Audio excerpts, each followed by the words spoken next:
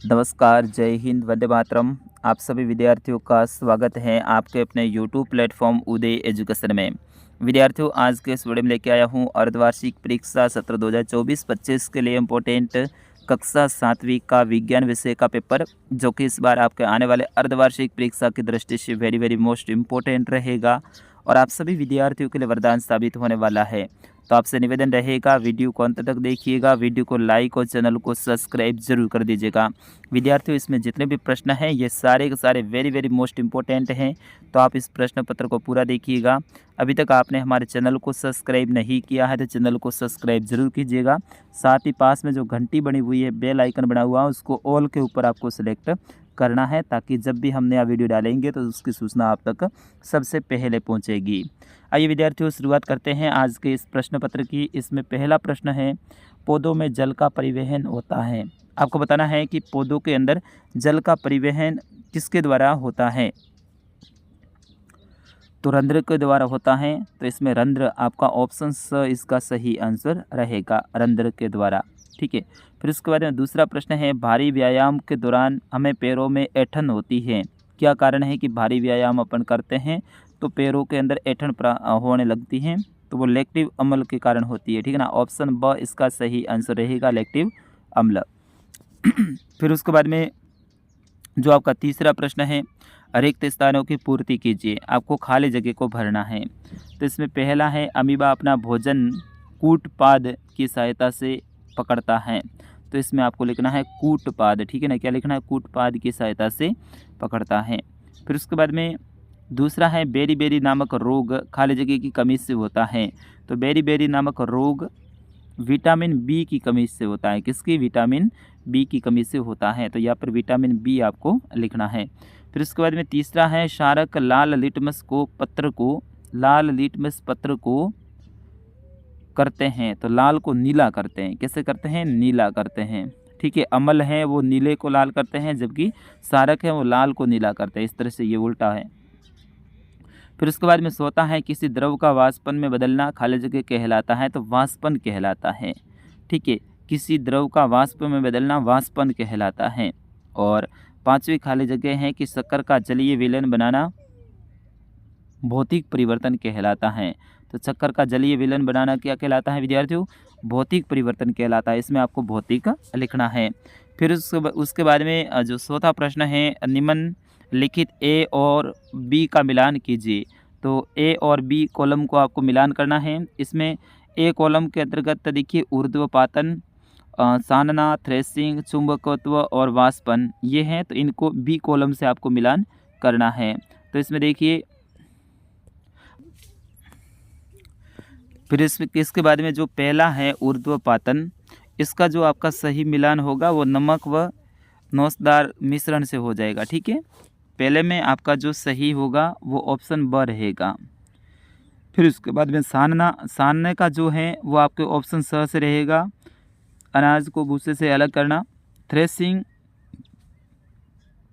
Threshing है, इसका आपका ऑप्शन द से मिलान हो जाएगा, अनाज को भूसे से अलग करना। और छानना है विद्यार्थियों, इसमें जो मैंने द बताया था ये द नहीं है, इसमें स से हो जाएगा, गंदे पानी से मिट्टी अलग करना। ठीक है, और उसके बाद में चुंबकत्व, इसमें जो है वो आपके ऑप्शन अ से मिलान हो जाएगा। और वाष्पन है वो समुद्र जल से नमक है वो वाष्पन विधि से अलग करते हैं। इस तरह से ये आप इसमें बता सकते हैं। अगला प्रश्न है, ऊष्मा के चालक और कुचालक पदार्थों के दो उदाहरण बताने हैं। तो ऊष्मा के चालक और कुचालक, वे पदार्थ जो ऊष्मा को अपने के अंदर से जाने देते हैं वो ऊष्मा के चालक पदार्थ कहलाते हैं, जबकि वे पदार्थ जो अपने अंदर से ऊष्मा को आगे नहीं जाने देते हैं वो कुचालक पदार्थ कहलाते हैं। चालक में आप बता सकते हैं लोहा और एल्यूमिनियम, ये बता सकते हैं, यानी धातु बता सकते हैं। जबकि कुचालक में आप पत्थर, लकड़ी ये बता सकते हैं। फिर उसके बाद में अगला है कि जीवों को भोजन की आवश्यकता क्यों होती है। तो जीवों को जीवित रहने के लिए भोजन की आवश्यकता होती है। फिर उसके बाद में सातवां प्रश्न है, रक्त का लाल रंग किस उपस्थिति के कारण होता है। तो हीमोग्लोबिन के कारण ही रक्त है वो लाल दिखाई देता है। किसके कारण विद्यार्थियों? ग्लोबिन के कारण।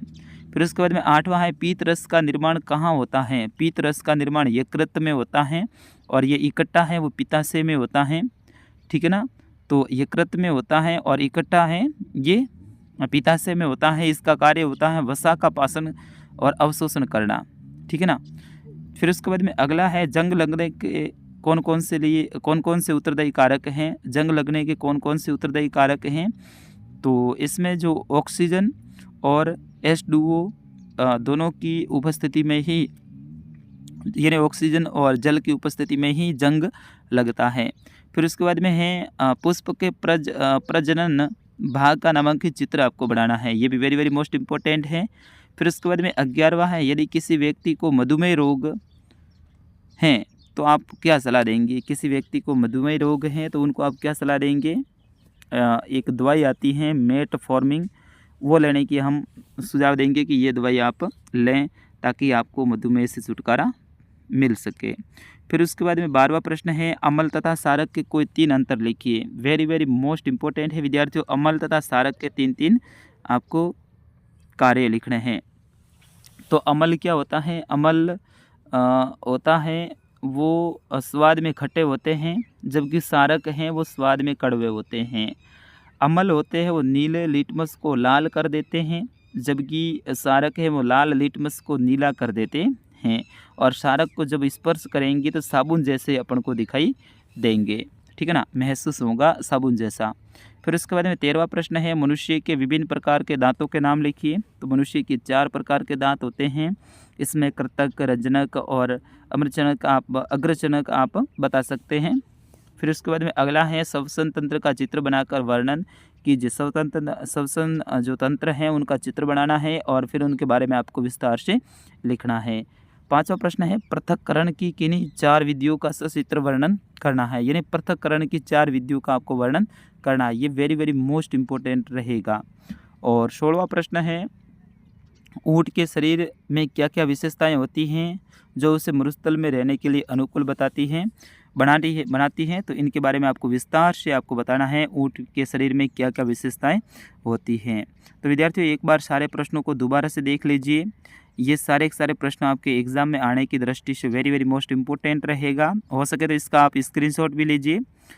और अब सदी के प्रश्न हैं ये जो तालिका वाले प्रश्न हैं, रिक्त स्थान वाले, इनका भी स्क्रीनशॉट आप लेना चाहें तो ले सकते हैं। ये सारे महत्वपूर्ण प्रश्न हैं।